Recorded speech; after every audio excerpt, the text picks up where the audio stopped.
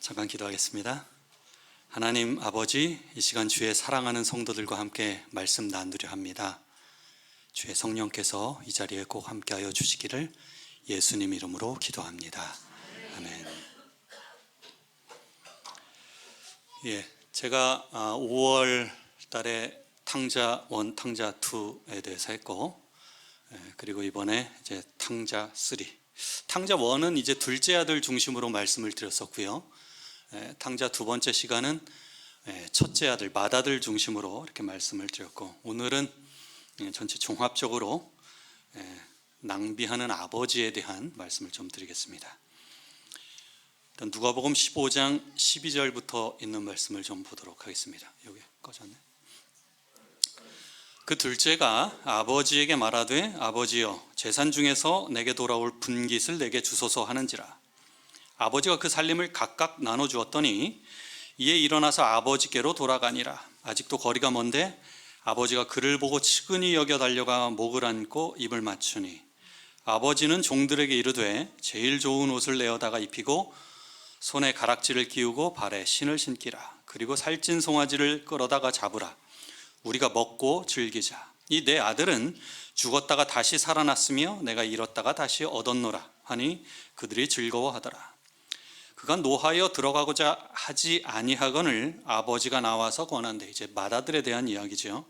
아버지가 이르되, 너는 항상 나와 함께 있으니 내 것이 다 내 것이로되, 이 네 동생은 죽었다가 살아났으며 내가 잃었다가 얻었기로 우리가 즐거워하고 기뻐하는 것이 마땅하니라. 아멘. 오늘 읽은 이 본문의 내용은 누가복음 15장 탕자의 비유 가운데 등장하는 아버지의 행동과 아버지가 하신 말씀에 대한 성경절입니다. 노란색으로 된 것은 아버지의 행동이고요, 옥색으로 된 것은 아버지가 한 이야기입니다. 일단 탕자를 한자어로 좀 풀이를 하면 쓸어버릴 탕의 아들 자자입니다. 이 쓸어버릴 탕자는 또 풀초자에다가 끓일 탕자로 이렇게 만들어졌습니다.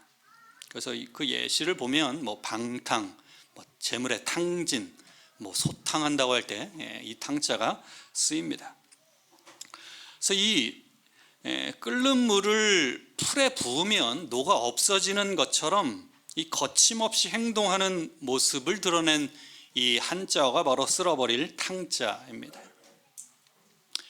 그리고 이 탕자를 이 영어로 하면 prodigal son이라고 하는데요, 이 단어의 출처는 누가복음 15장 13절입니다. 거기서 허랑방탕하여 그 재산을 낭비했다고 했는데, 이 NKJV 보면 prodigal living이라고 되어 있습니다. 이 탕자로 번역되는 이 형용사 prodigal은 제멋대로 군다, 이런 기본적인 뜻도 있고요. 이 메리엄 웹스터 대학생용 이 사전에 따르면은 무모할 정도로 씀씀이가 해프다, 그리고 하나도 남김없이 다 쓴다라는 그런 의미를 내포하고 있습니다. 그래서 이 단어는 사실 비유 속에 둘째 아들 이 탕자뿐만이 아니라 그의 아버지를 수식하는 말로도 대단히 어울립니다. 아버지는 이 둘째 아들의 죄의 경중을 따지거나 그의 책임을 묻지 않습니다. 그리고 그가 마땅히 돌아와서 해야 할 책임을 지우지도 않아요. 맏아들은 이런 아버지의 모습에 대단히 못마땅했고, 당연히 지역사회에서도 그렇게 생각하는 것이 당연했습니다. 저런 아들을 맞아준다고? 용납한다고? 이건 되게 곱게 표현한 거고, 저 자식을 받아준다고? 이런 느낌이죠. 이 비유 속의 아버지는 예수님이 아주 잘 나타내셨던, 잘 아셨던 하늘아버지를 상징합니다. 사도 바울은 고린도서 5장에 이렇게 이야기합니다. 곧 하나님께서 그리스도 안에서 계시사 세상을 자기와 화목하게 하시며 그들의 죄를 그들에게 돌리지 아니하시고. 사실 여러분, 당연한 것은 누군가가 죄를 범하면, 누군가가 죄를 지었으면 그것에 응당한 대가를 치르고 그것에 책임을 맡기는 것이 당연합니다. 근데 하나님은 그렇게 하지 않아요. 그들의 죄를 그들에게 돌리지 않으십니다. 예수님이 우리에게 보여주시는 하나님은 앞뒤 재지 않고 아낌없이 다 내어주시는 분으로 묘사합니다. 그런 의미에서 우리의 하나님은 자녀인 우리에게 있어서 그야말로 낭비하는 아버지, 탕부이신 것입니다. 그 내용을 좀 구체적으로 살펴보면 이 둘째 아들은 아버지에게 당돌하게 요청합니다. 둘째가 아버지에게 말하되 아버지여 재산 중에서 내게 돌아올 분깃을 내게 주소서 하는지라. 아버지가 그 살림을 각각 나눠 주었더니. 여러분, 이 비유를 처음에 들었던 그 청중들은 뜨악했을 것입니다. 아들이 가산의 일부를 자기의 몫으로 달라고 하는 것이 부당해서가 아닙니다. 당시에 아버지가 돌아가시게 되면 맏아들은 다른 자녀들보다 2배 받게 되어 있었습니다. 아버지의 상속자가 둘이면 재산의 3분의 2는 맏아들에게, 3분의 1은 둘째에게 돌아갔습니다. 하지만 유산의 분배는 아주 당연하게도 아버지 사후에만 이루어졌습니다. 이 둘째 아들이 유산을 지금 달라고 한 것은 지극히 비정상적이고 무엄한 행위였습니다. 아버지의 생전에 유산을 구한다는 것은 아버지가 죽기를 바란다고 말하는 것과 같았습니다. 한마디로 이 둘째 아들의 말은 자신의 아버지의 재산만 원할 뿐 지금 살아있는 아버지는 필요 없다는 태도인 것입니다. 여태 그에게 아버지란 유산을 물려받기 위한 수단일 뿐이었는데 아버지가 너무 건강해, 기다리기가 지쳤어. 이젠 그 관계마저도 이제 부자지간 관계가 지겨워진 것입니다. 그래서 그는 벗어나고 싶어 했습니다. 그래서 둘째가 어떻게 합니까? 아버지를 찾아가서, 감히 찾아가서 이제 내 몫을 내어주시지요. 근데 아버지의 반응은 그 아들의 요청보다도 더 충격적입니다. 당신은 상당히 가부장적인 사회였기 때문에 어른들, 특히 이 부모 세대에게 품는 경의와 존경이 더없이 중요했습니다. 이 상황에서 중동의 아주 보편적이고 전통적인 아버지가 보일 당연한 태도는 이 둘째 아들을 호되게 혼낸 다음에 아들 집 밖으로 내쫓고 가문의 기틀을 세우고 가풍을 곤고히 하는 것이 아버지의 응당치해야 할 태도였습니다. 근데 아버지는 어떻게 합니까? 그냥 그 살림을 각각 나눠줍니다. 둘째에게도 주고 첫째에게도 주고. 여러분, 근데 이거 그 의미를 이해하려면 이 본문에 살림으로 번역된 헬라어 비오스란 말을 우리가 유심히 봐야 되는데, 이 비오스가 본래는 생명을 뜻합니다. 요거 지금 누가 하고 계신 상황이에요? 이 말씀 누가 하고 계십니까? 예수님께서 하셨어요. 굳이 재산을 지칭하려면 다른 더 구체적인 재산을 뜻하는 말을 사용할 수도 있었습니다. 사도행전 2장에 보게 되면 또 재산과 소유를 팔아 각 사람의 필요를 따라 나눠주며, 그러니까 이 초대교회의 이 재산 팔고 나누고 하는 그런 사랑의 행위에 대해 이 재산은 그 테마가 사용됐습니다. 이건 응당 더 구체적이에요. 재산, 소유, 부동산. 근데 예수님께서는 누가복음 15장에 탕자의 비유에서 이 생명을 뜻하는 비오스를 의도적으로 사용하셨습니다. 그 이유가 왜 그러셨을까? 이 아버지의 재산은 주로 당시 부동산이었을 것입니다. 순 자산의 3분의 1을 떼어내려면 보유한 토지의 상당량을 팔아야만 했습니다. 우리는 사실 이제 도시문화권에 살고 있어서 옛날 사람들이 갖고 있는 이 땅에 대한 정서를 우리가 정확히 이해하기는 쉽지 않습니다. 이 뮤지컬, 이 오클라호마라고 하는 뮤지컬 가운데 이런 대사가 있습니다. 알다시피 우리는 이 땅에 속해 있고 우리가 속한 이 땅은 광활하다. 여러분, 이 대사를 잘 살펴보게 되면 땅이 그들에게 속한 것이 아니라 그들이 땅에 속해 있다고 이야기합니다. 사실 우리가 생각할 때는 땅이 그냥 소유이면 땅이 내 것처럼 여겨지지만 사실 땅에 누가 속해 있는 거라고 표현해요? 사람이 속해 있는 것이라고 표현합니다. 여러분, 이 대사 속에, 이 말 속에 알 수 있듯이 과거에는 사람들의 정체성 자체가 장소와 땅에 온전히 매여 있었습니다. 땅이 그래서 넓으면 넓을수록 어때요? 영향력도 커지고 그만큼 힘도 세지고, 그것 자체가 힘이 되는 것입니다. 그것 자체가 생명이에요. 근데 땅의 일부를 잃으면 자아의 일부를 잃는 것입니다. 지역사회 내에서 입지도 굉장히 좁아지는 거예요. 삶의 뭉터기가 한 움큼 빠져나가는 것입니다. 결국 이 둘째 아들이 아버지에게 요구한 것은 아버지의 목숨을 찢어주십시오라는 표현입니다. 얘야, 이것만은 안 된다. 이렇게 해도 될 법한데 근데 아버지는 그 아들을 사랑해서 그대로 해줍니다. 당시 예수님의 이야기를 듣고 있었던, 이 비유를 듣고 있던 청중은 대다수의 중동의 가부장적인 사회에서 이런 반응을 본 적이 없어요. 이런 아버지가 없었거든요. 근데 이 아버지는 사랑을 거부당한 그 고통뿐만 아니라 처참한 명예훼손까지 참고 견딥니다. 여러분, 우리는 보통 사랑을 거부당하면 화가 나서 복수합니다. 뭐 드라마나 영화가 막 그런 거 있잖아요. 그렇죠? 씩씩거리면서 그냥 받은 거 막 배로 갚아주고 하면 막 카타르시스가 느껴지고 통쾌하고, 그래 이거지, 막 이렇게 됩니다. 사랑에 거부당하면 이 거부당한 사람은 자기가 내뻗은 그 사랑을 최대한 걷어들이면서 자신의 상처를 줄이려고 합니다. 근데 이 아버지는 아들을 계속해서 사랑하면서 그 괴로움을 견딥니다. 둘째 아들 대하는 이 아버지를 통해 정말 무모할 정도로 헤프게 베푸시며 낭비하시는 하나님의 은혜와 그 사랑이 보여집니다. 여러분 보세요. 예수님께서 보여주는 것처럼 아버지가 사랑으로 그 둘째 아들을 끌어안은 시점은 개과천선을 입증하기 전이었을 뿐만 아니라 그가 외웠던 그 대사를 이미 다 말하기도 전이었습니다. 이에 일어나서 아버지께로 돌아가니라. 아직도 거리가 먼데 아버지가 그를 보고 측은히 여겨 달려가 목을 안고 입을 맞추니, 이제 아들 준비한 대사하죠. 아들이 이르되 아버지, 내가 하늘과 아버지께 죄를 지었사오니 지금부터는 아버지의 아들이라 일컬음을 감당하지 못하겠나이다 하나.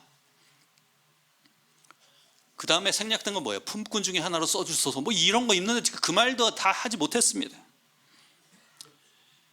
여러분, 하나님의 사랑과 하나님의 은혜는 그 어떠한 공로나 뼈저린 참회로도 얻어낼 수 없습니다.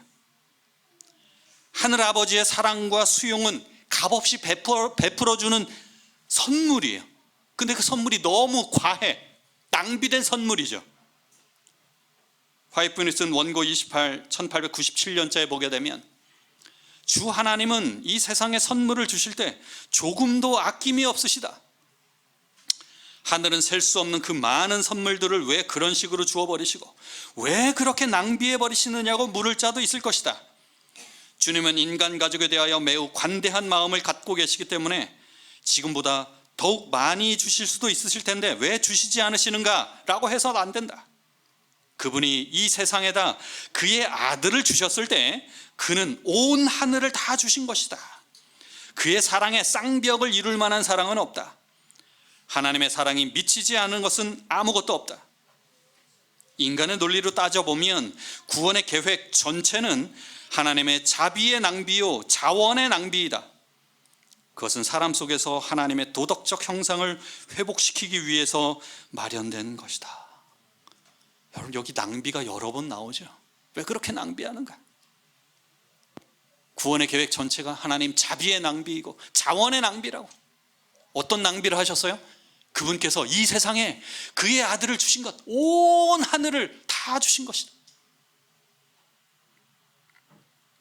여러분, 하나님의 자비의 낭비와 그 자원의 낭비 덕분에 우리에게 구원의 길이 마련된 것입니다.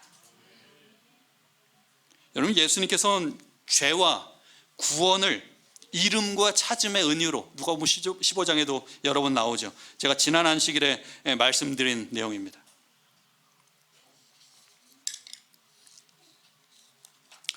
15장의 그 핵심 단어 8번 등장하는 이 이른이라고 하는 말이었습니다. 이 대조적으로 사용된 말이 뭐였어요? 찾은 6번 나온다고 말씀을 드렸습니다.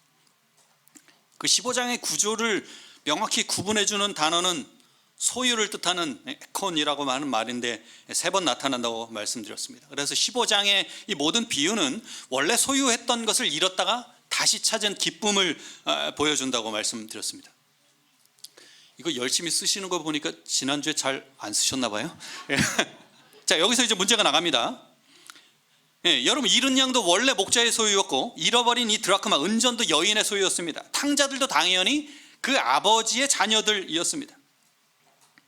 이제 우리가 주목해야 될 하나 핵심적인 단어로 말씀드린 이제 문제가 나갑니다. 잃은, 아폴룸이라고 하는 이 용어가 가진 또 다른 중요한 의미는 무엇일까요? 제가 지난 안식일에 했던 설교인데 어째 이런 일이? 아니, 예, 이정미 집사님? 예? 죽은? 본죽 그 죽은? 정답입니다. 선물 드리세요. 야, 이정남 집사님 지금 웃고 계신 거예요? 동생이 맞췄는데? 예, 죽은. 여러분, 이것은 이런 상태의 죄인은 본인이 깨닫는 그 여부와 상관없이 영적으로 죽은 상태를 가리키는 것입니다. 여러분, 이 둘째 아들이 잃어버림 받은 최악의 상태, 정말 영적으로 완전히 바닥을 치고 죽어있던 상태는 어디였습니까? 위치적으로 돼지우리였습니다. 그는 누리고 있던 그 모든 것이 다 사라졌어요. 방종과 방탕으로 인해서 친구도 없고 돈도 없고 자원도 없고 삶이 완전히 무너졌습니다. 죽어 있는 거예요. 자기가 길을 잃었음을 깨닫습니다. 아, 내가 죽었구나. 숨만 쉬고 있지 죽었구나. 여러분, 잃어버림 받은 그 상태에서, 죽어 있는 그 상태에서 벗어나려면 우리에게 필요한 건 뭘까? 가장 중요하게 필요한 것은 여러분, 하나님의 주도적인 사랑입니다. 여러분, 아버지는 두 아들 모두에게 먼저 나가서 그 사랑을 표현합니다. 그들을 이제 안으로 들이는 거예요. 더 직접적으로는 잔치에 끌어들이기 위한 것입니다. 아버지는 저만치 오고 있는 둘째 아들을 대문간에서 기다린 게 아니에요. 물론 아들 발견하기 전에는 그 입구에 있었죠. 서성대며 이렇게 중얼거리잖아요. 아유, 저기 저 아들놈이 오는구나. 큰 사고를 쳤으니 아이고, 몰골 봐라, 몰골. 엎드려서 납작 기어와야지. 여러분, 그런 태도 낌새조차 보이지 않습니다. 아버지는 달려가서 입을 맞춰요. 아들에게 자백할 겨를조차 주지 않습니다. 회개가 그 아버지의 사랑을 유발하는 게 아니라 오히려 거꾸로예요. 아낌없이 베푼 그 아버지의 애정과 사랑 덕분에 아들이 참여하기 편하도록 오히려 그 마음이 준비가 되었습니다. 내 아버지 집에 대접받는 품꾼이 얼마나 많은가. 여러분, 아버지는 분노와 원망을 품으니 맏아들에게 나가서도 잔치에 들어오라고 다독입니다. 여러분, 이 장면은 동전의 양면처럼 두 가지를 다 보여줍니다. 한편으로 가장 종교적이고 도덕적인 사람들도 똑같이 잃어버린 상태였기 때문에 하나님의 주도적인 은혜가 필요함을 보여줍니다. 또 한편으로 바리새인에게도, 그들에게도 여전히 희망이 있음을 보여주는 것입니다. 맏아들은 사실 누구를 상징해요? 당시에 리더격에 해당되는 바리새인들을 상징합니다. 그들에게 한 예수님의 이 마지막 당부는 당시 예수님의 이야기를 직접 듣던 이 청중을 떠올리면 대단히 놀랍습니다.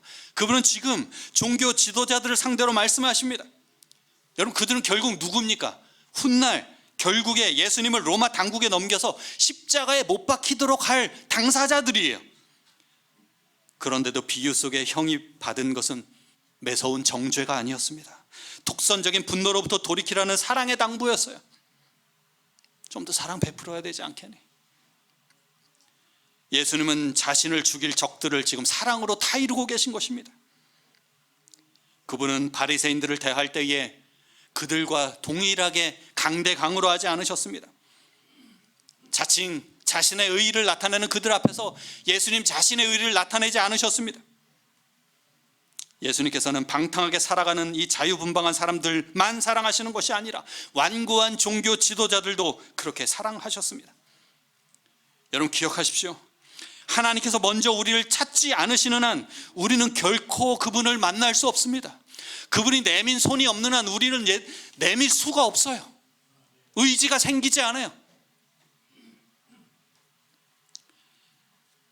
그분께서는 우리를 찾으시는 방식이 대상에 따라 조금씩은 다릅니다. 그걸 이해하셔야 돼. 동생의 경우처럼 하나님께서 정말 극적으로 와락 우리를 얼싸 안으시는 때도 있습니다. 그러면 그분의 사랑이 어때요? 더 직접적이고, 하나님이 이렇게 사랑하시는구나. 그런가 하면 우리가 계속 등을 돌리고 있음에도 형의 경우처럼 그분은 차분히 끈기 있게 그분의 사랑을 보이시기 위하여 애쓰시기도 합니다. 등 돌리고 있는 그 모습을 향하여 뒤통수에 대고 계속 이야기하시는 거예요. 설득하는 거예요. 지금 하나님께서 우리를 설득하시는지 어떻게 알 수 있을까?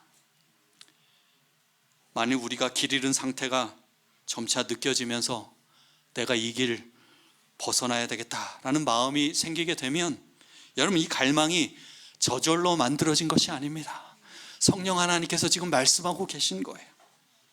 그 과정에서 이제 그분의 도움이 정말 필요한 것입니다. 지금 그러한 일이 내 마음속 깊은 곳에서 스물스물 올라오고 있다면 그 순간 그분이 여러분 곁에 계시다는 확실한 증표가 됨을 간절히 기억하시길 바랍니다. 여러분, 이 누가복음 15장에 나타난 새 비유에서 특별히 살펴볼 것이 있습니다. 잃은 양의 비유, 잃어버린 동전의 비유, 잃어버린 아들의 비유.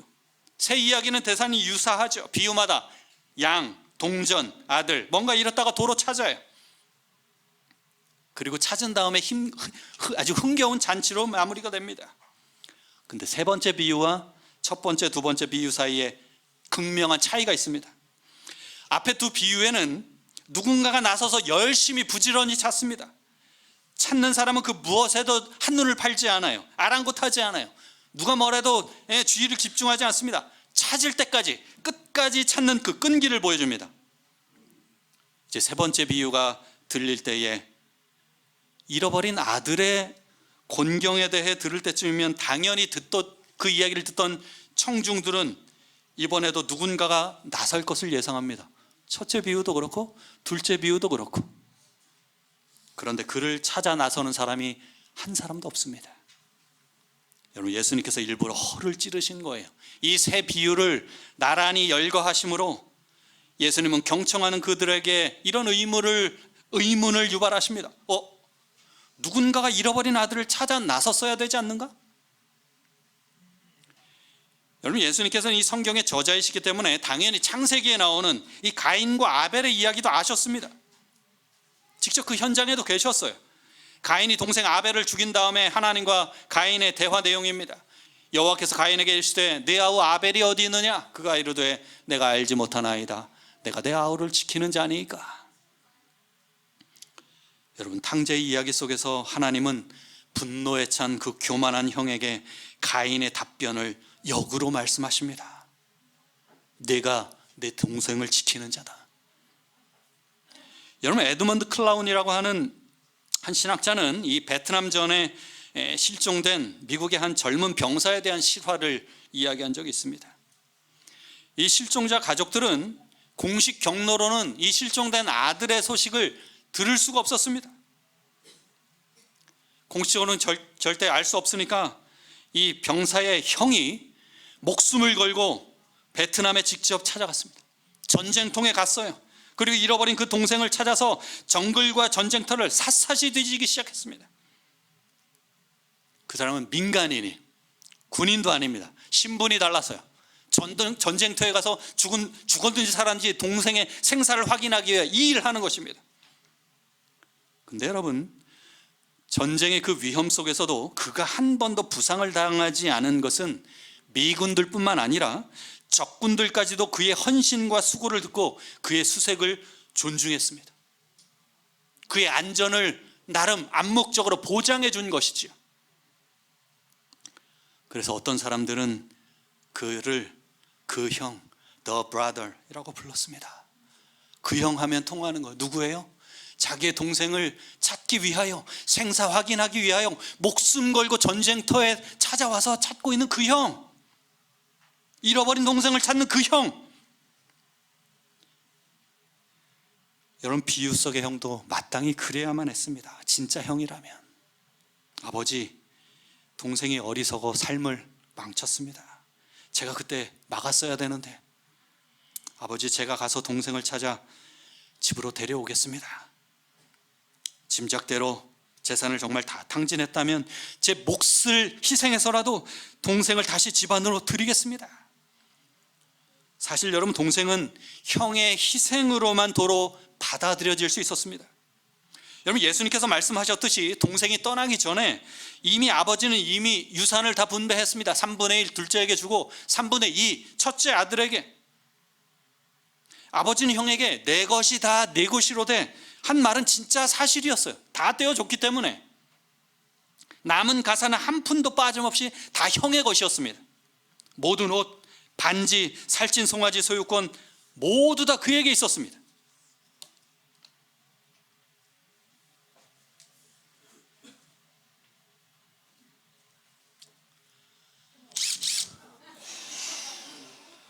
여러분 지금 제가 올해 그 공구 이명기 장로님 덕분에 입문한 마키다 제품입니다. 마키다 임팩트 드릴, 마키다 송풍기.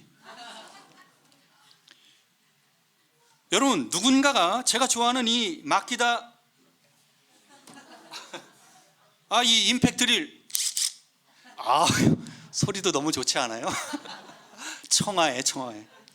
여러분 만약에 이 마키다 임팩트 드릴을 만약 누군가가 고장내면 저는 두 가지의 선택을 할 수 있을 것입니다. 그 상대방에게 배상을 요구하거나 아니면 이 고장낸 거 뭐 어쩔 수 없지 상대를 용서하고 다시 그 값을 제가 지불하고 다시 감당하는 것입니다. 하지만 여러분 물건이 아니라 마키다 임팩트 드릴이 아니라 명예일 때는 좀 더 접근하는 방식이 달라집니다. 해결하기 위해서. 어떤 사람이 제 명예를 심각하게 훼손했다고 하면 제가 택할 수 있는 방법은 둘 중 하나입니다. 하나는 그 사람이 톡톡히 그 대가를 치르게 하는 거예요. 명예회복의 일환으로 사람들 앞에서 그 상대를 모욕하고 비방해서 그 평판을 짓밟는 것입니다. 나를 힘들게 하고 어렵게 한 것처럼. 다른 하나는 용서하는 거예요. 근데 여러분 이것은 상대를 비방하지 않으면서 누명을 풀어야 하는 더 어려운 길입니다. 여러분 용서란 가해자에게는 값없이 무조건적으로 주어지는 것 같지만 피해 당사자 쪽에서는 큰 희생을 치러야 합니다. 자비와 용서는 가해자 쪽에 거저 베풀어져야 합니다. 뭔가 공로를 요구하면 그것은 이미 자비가 아니에요. 하지만 용서를 베푸는 쪽에서는 언제나 대가를 치르게 되어 있습니다. 여러분 둘째 아들을 용납하는 이 아버지의 모습 속에서 아버지의 값없는 용서를 보여주고 있지만 아버지와 형과의 대화 속을 면밀히 살펴보게 되면 그 용서와 용납에는 큰 희생이 따른다는 것을 보여줍니다. 엄밀히 말하면 동생의 지위가 값없이 회복된 것은 형의 엄청난 희생 덕분이었습니다. 아버지가 둘째 아들을 그냥 용서할 수는 없었어요. 누군가가 대가를 치러야만 했습니다. 형의 희생이 아니고는 아버지도 그를 도로 받아들일 수 없었습니다. 말로만 아들이 될 수가 없죠. 손에 가락지 끼우고 살찐 송아지 잡고 잔치하려면 결국에는 이 맏아들의 희생이 필요했습니다. 다른 길은 없었어요. 진정한 형은 어떤 대가라도 기꺼이 치르고 잃어버린 그 동생을 찾아 구원해야 하는 사람이에요. 근데 아시는 바와 같이 예수님께서는 그런 형을 비유 속에 등장시키지 않으셨습니다. 그 문제를 해결하기 위하여 아버지와 갈등 상황이 야기되는 맏아들만 있었죠. 참으로 가슴 아픈 상황입니다. 형은 오히려 당시의 바리새인과 같습니다. 다행히 우리의 경우는 다릅니다. 많이 부족한 이 탕자의 형을 비유 속에 등장시키심으로써 예수님께서는 진정한 형을 상상하고 기대하도록 우리를 유도하십니다. 여러분 우리에게는 그렇게 좋은 형님이 계세요. 여러분 우리에게 필요한 형님 생각해 보세요. 그분은 우리를 찾으러 그냥 옆 나라로 가는 그 정도가 아니라 저 높은 하늘에서 이 낮은 땅까지 오셔야만 했습니다. 한정된 금액 갖고 있는 재산 조금 지불하는 정도가 아니라 자신의 목숨값이라는 무한한 대가를 기꺼이 치르고 우리를 하나님의 집으로 들이시기 위하여 그러한 희생을 하셨습니다. 언제쯤 아멘 하실 거예요 여러분? 여러분 우리의 죄악의 빚이 그만큼 막대하기 때문입니다. 여러분 우리는 형의 모양으로든 동생의 모양으로든 다 아버지께 반항했습니다.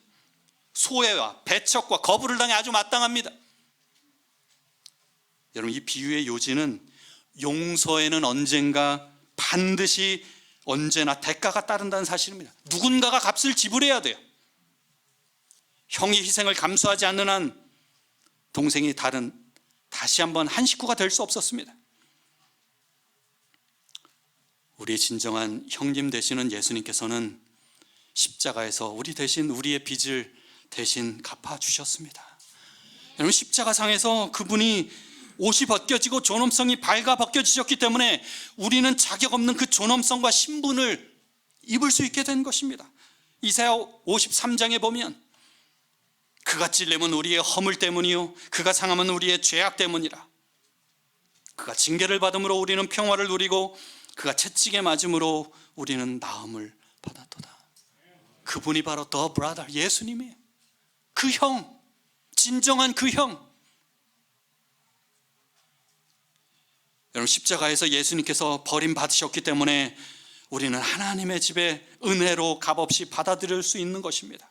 그분께서 영원한 형벌의 잔을 마셨기 때문에 우리가 아버지와 함께 기쁨의 잔을 마실 수가 있는 것입니다.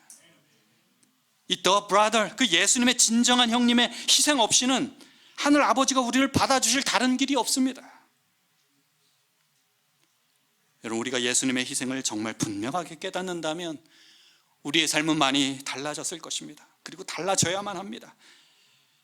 여러분, 영국의 시인 윌리엄 카우퍼가 이런 글을 썼습니다.